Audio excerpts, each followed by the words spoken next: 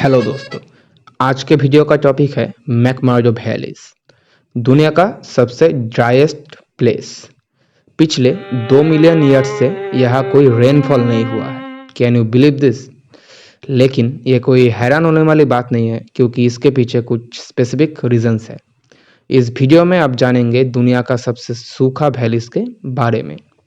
मैकमर्डो valleys Antarctica का snow free valleys है, जो मैकमर्डो साउंड और विक्टोरिया लैंड के बीच में स्थित है, और कह सकते हैं कि साउथ विक्टोरिया लैंड और अंटार्कटिका के पोलर प्लेटोस के बीच में।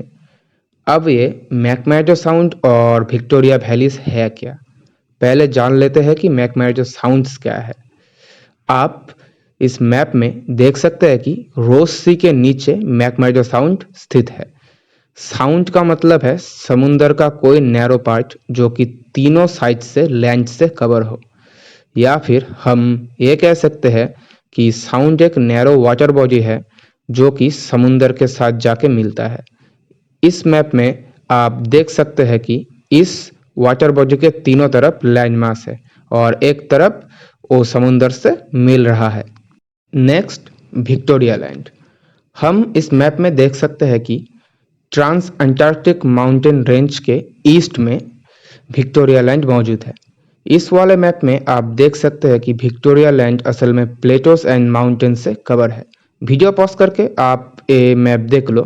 आप इस मैप से अंटार्कटिका का लैंडस्केप के बारे में जान सकते हो।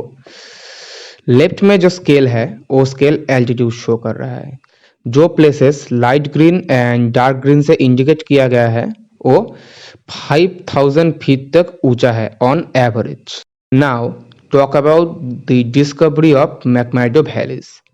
सन 1903 में कैप्टन स्कॉट और उनके दो साथी ने मिलकर इस वैली को खोजा है, और वो पहले इंसान बने जो इन मैकमर्डो वैलीज में कदम रखे। तो अब डिस्कस करते हैं कि क्यों ये वैलीज इतना सूखा है और क्यों इनको driest place on the earth कहा जाता है। तो फर्स्ट ऑफ ऑल आते हैं इनके फॉर्मेशन में। आइस एज के दौरान इस एरिया का जो अंडरग्राउंड वाटर था वो जम गया, और अर्थ सरफेस में जो पानी था वो बह रहा था, और वो पानी के इरोशन प्रोसेस से कई लैंड फॉर्म्स इस लैंड में तैयार हुए, जैसे कि वैलीज, क्लिप्स और गॉर्जेस। जब आइस एज खत्म हुआ तब सरफेस का पानी सूख गया और पानी सरफेस के नीचे से बहने लगा और वो वैली सूखा रह गया। लेकिन सवाल ये है कि ये वैलीज पूरे साल सूखा क्यों रहता है। इन वैलीज में बारिश यानी कि प्रेसिपिटेशन ऑलमोस्ट कह सकते हैं होता ही नहीं। जो भी थोड़ा सा प्रेसिपिटेशन होता है वो समर सीजन में स्नोफॉल होता है।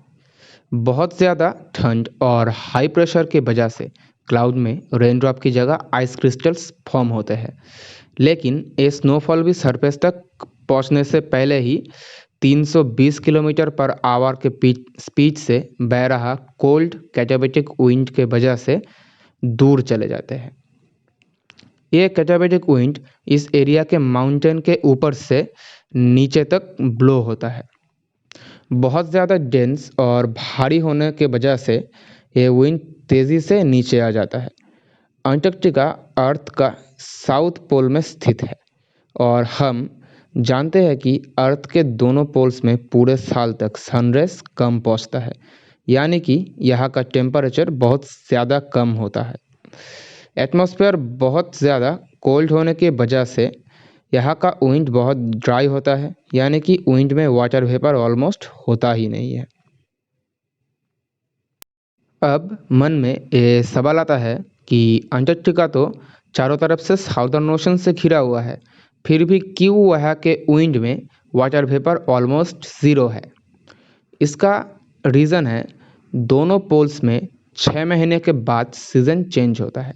6 महीने विंटर रहता है और बाकी 6 महीने समर सीज़न रहता है, और अंटार्कटिका भी इससे कुछ अलग नहीं है। यहाँ के विंटर के दौरान कोस्टल एरिया के पास जो सी वाटर होता है वो जम जाता है। इसकी वजह से जो विंड समुंदर से आता है वो भी ड्राई होके अंटार्कटिका में एंटर करता है। जनरली हवा जब माउंटेन के ऊपर से हाई ऑल्टीट्यूड से लो ऑल्टीट्यूड पर उतरता है तब वो हवा गर्म होके फिर से ऊपर एटमॉस्फेयर में जाके रेनफॉल करवाता है। नेचुरली एवरी 100 मीटर्स के डाउनफॉल के साथ हवा 1 डिग्री सेल्सियस टेम्परेचर गेन करता है। लेकिन अंटार्कटिका के बहुत ज़्यादा ठंडी होने की वजह से जो हवा नीचे तक ब्लो होता है, कह सकते हैं कि वो हवा गर्म होके ऊपर उठता ही नहीं है, यानी कि वो हवा गर्म ही नहीं होता बहुत ज़्यादा ठंड की वजह से। तो रेनफॉल होने का चांस ऑलमोस्ट ज़ीरो हो जाता है। ज़्यादातर समय एयर सैचुरेट ही नहीं होता है, तो रेनफॉल भी बहुत कम होता है। अब इस सवाल में आते हैं कि अंटार्कटिका के प्रेसिपिटेशन में रीजनल इफेक्ट क्यों पड़ता है। अंटार्कटिका एक वाइड लैंड मास है जिसको साउदर्न ओशन ने चारों तरफ से कवर किया हुआ है, जो कि हम पहले ही डिस्कस कर चुके हैं।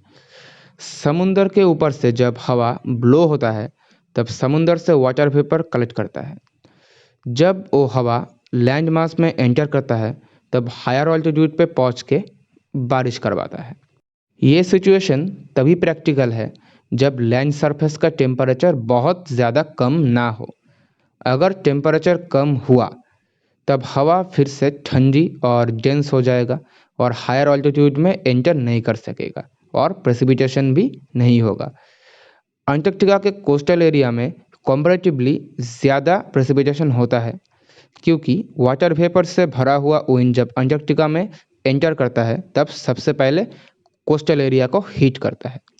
कोस्टल एरिया में प्रेसिपिटेशन होने के बाद हवा में वाटर वेपर बचता ही नहीं है और बहुत ज़्यादा ठंडी होने के कारण जब वो हवा एंटर करता है और अंटार्कटिका के अंदर तब वो ठंडी हो जाती है।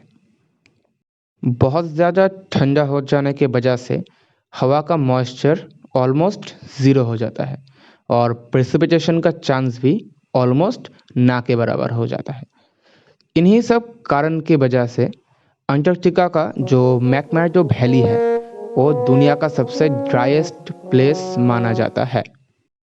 अगर ये वीडियो आपको अच्छा लगा तो इसको लाइक और शेयर कर दीजिए, और अगर आप ऐसे वीडियो आगे भी चाहते हैं तो मेरे चैनल को सब्सक्राइब कर दीजिए।